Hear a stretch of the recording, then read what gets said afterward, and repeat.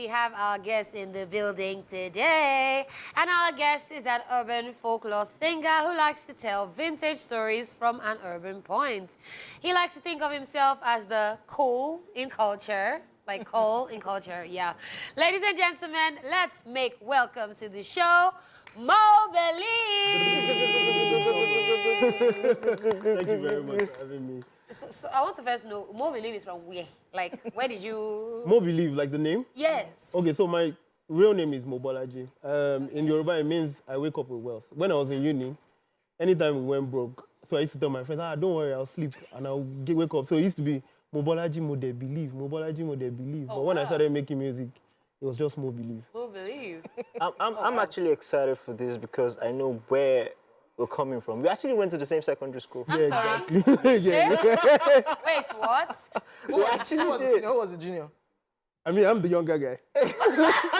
Wow. They thought that But that's your walking stick. mad. Yeah. But yeah, so I'm happy for where you're coming from and where we're all coming from and the struggle. And before, behind the scene, we're talking about the trenches and how we came out from that. Yeah. So the question is, how was it for you? Like, tell the story. How was it for you from coming from where you're coming from and making it now to this? I mean, I won't exactly say I'm out of the trenches, but, you know, I don't come out the door.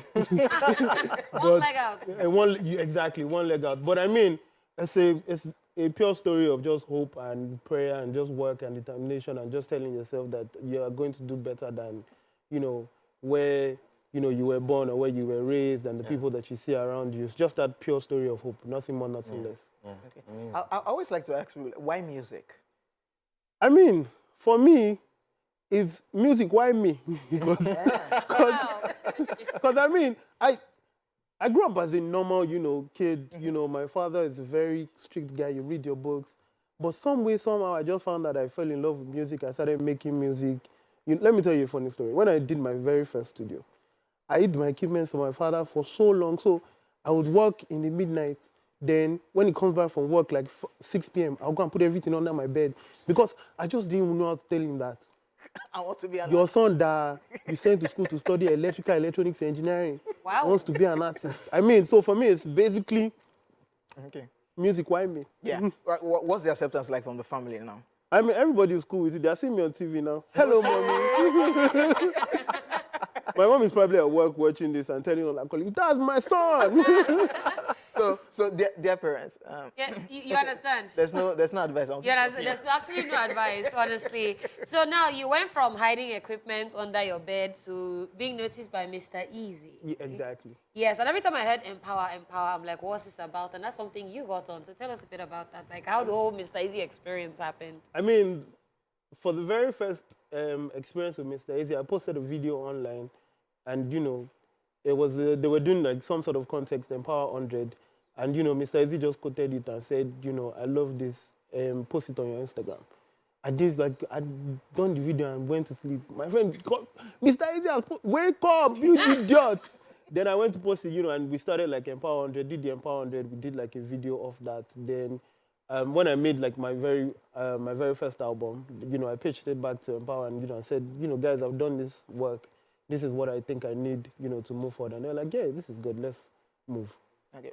So what's up with that whole thing? Are you indie or still? I mean, my deal with Empower is majorly like a distribution deal. I'm still very indie, but you know, they provide all of the necessary support to, you know, take it to the next level. Okay, so That's dope. we're in the age where a lot of people in this generation now making music are doing Afrofusion, Afrobeats, and the rest.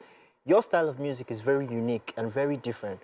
Urban folklore. Exactly. So tell us about that genre and why you stuck to that genre. So remember when I told you that, you know, I said music, why me? Genre, why me? You know, when I started making music, to be honest, all I wanted to do was do, then, you know, sing like Usher, you know, and make all the girls come. But one day in the studio, It stressed me. As in, I don't know why. Well, one day in the studio, you know, we're making music and I sang in Yoruba and the producer was like, that's it. In my head, I'm like, That's what? my guy, if you know how we produce, make I.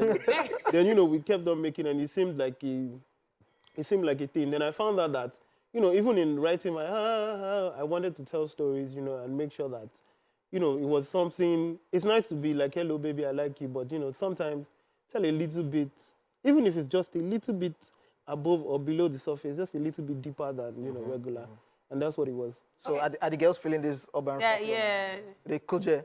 As in, you carry them Come go to my where they don't Instagram know. DM. I can sing too. You say? Hey, you didn't want me. That's the actual song. So I just want to know now, like, what is your inspiration? Like, because this is not the genre that I think literally anybody that I know does. So who are the people that you were probably listening to and then you said, I like the way they, or was it even movies maybe that you were inspired? What inspires you? What inspires me right now is life. Life, okay.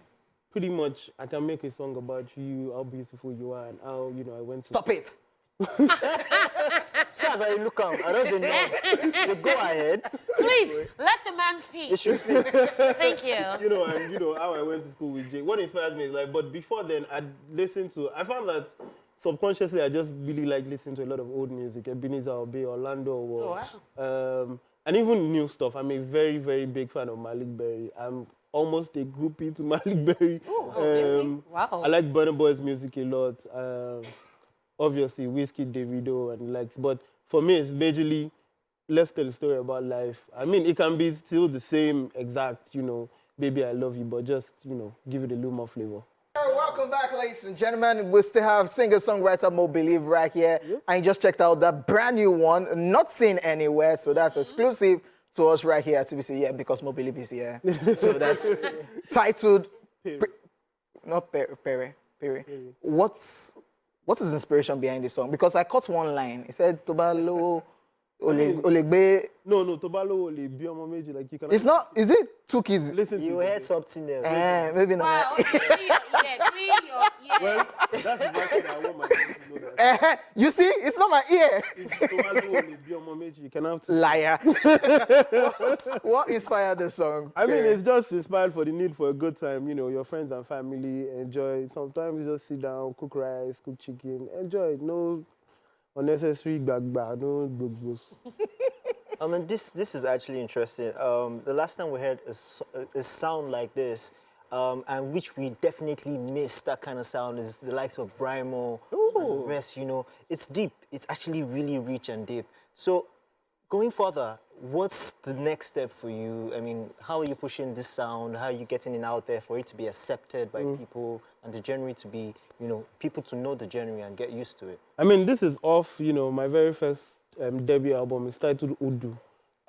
It's titled Odu because it's a collection of stories. I was reading like a book on Odufa, which is like the Yoruba mythology, and I noticed that everything in it were just stories. It's like this guy went to this guy, then did this to become this. So I found a way. I thought to myself, how will I make an album, a Yoruba album that will make sense, you know, story-wise? So, you know, from songs like, you know, Fire, which is basically my own story of my fire incident. There's a song called WDM, quite very my own experience too. There's a song called Ashi, a song about Nigeria. There's Emo, a song about Nigeria. Just basically stories that, you know, you can't exactly tell in, you know, any other language. That's unique to you. Exactly. Yeah, you said fire incident. Like, it's when you glossed over it. I remember that. Yeah. Oh, God. Yeah, because I'm saying, because I know there's a whole, like, there were two, like, fire incidents in Lagos. Yeah, yesterday I did. Yeah, it's crazy. Yeah, I wanted to know if you wanted to maybe share or, like, because I want to see the response. How you feel about the response to situations like this? Let me put it that way. The response to fire situations. Yeah. I mean, I honestly would just say we can all do better, from the guys that are supposed to put off the fire to the guys that are supposed to do something but would rather record, to, you know, even the guys, even me, myself, you know, being careless with you know, electrical equipment. I think the best thing to say is we can all do better. Nothing more, nothing less. Yeah, but let me take you back down memory lane. I remember the story of how you lost everything in your studio to the fire. You lost everything to the fire incidents. Tell us about that and how you made a comeback from that. I think till date is still one of the toughest periods of my life.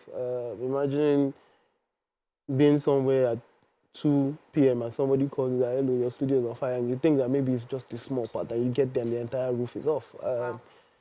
It was pretty much still the toughest period of my life, but I'm grateful to my parents. You know, I moved back into their house, I became their baby again. Some of my friends in the industry, you know, reached out to me, supported me with equipment. I mean, you know, once I start making music, forget. Talking about the industry and music, how hard is it for this kind of genre to be able to penetrate? Yeah, we touched on it earlier. We know how we love all those. Yeah. I love them too. How hard is it pushing what it is that you do in the Nigerian music scene? Yeah. I think that for every, and correct me if I'm wrong, for every new musician, one of the hardest things is getting new listeners. I don't think that it's genre specific. Okay. For me, I'm blessed such that if you find someone that sit down and listen to the music, they can tell that there's substance, even if they don't like it and they don't go on to listen to it. So for me, it's the hardest part is always getting new listeners, you know, getting on, you know, platforms that can give you as much listening and as much airplay or, you know, viewerships as, you know, the regular guys. But it's that I don't want to think it's genre specific, to be honest. Okay. Okay, so before we get to what next for you, let's go to the funny side of the industry. I mean, every new artist has embarrassing moments in their career. What's that one embarrassing moment that when you think of, be like, I don't hustle, you know?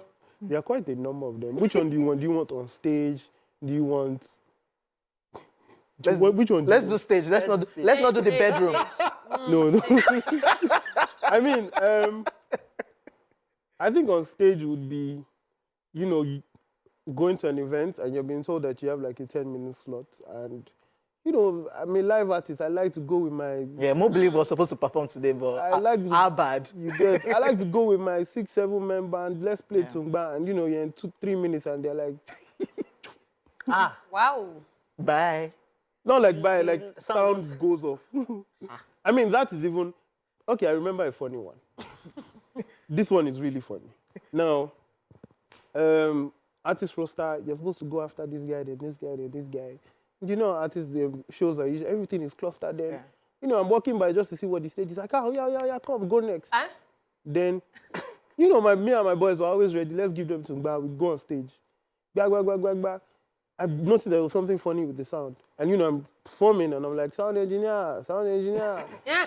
And somebody, now it's like, the sound engineer went to the restroom, bro. Finish your performance. Continue. I'm sorry. Nigeria. Exactly. And when I say they went to the restroom, the person put it in Nigerian parlance that I can't say on TV. Oh, yeah. Wow. Oh, okay, so we're out of time, but before you go, what can we expect from you? Collaborations, music videos, what's the plan? There'll be more music videos from the debut album, Odu. The merch is coming out, beautiful merch. I just saw the first draft today. There'll be an Odu Faji, which is a live show with my boy. Tungba. Every time. Then I must not leave without saying an happy birthday to my mom. Today is her birthday. Happy Unfortunately, I have birthday, my head if I don't. Call her mommy believe. Yeah. Mommy believe. Basically, you know, more live experiences, more experience with the album. Yeah. Basically. All right. Wish you the best of luck, my brother. All right. Thank you so much, Mobile, for coming on the show. Yeah.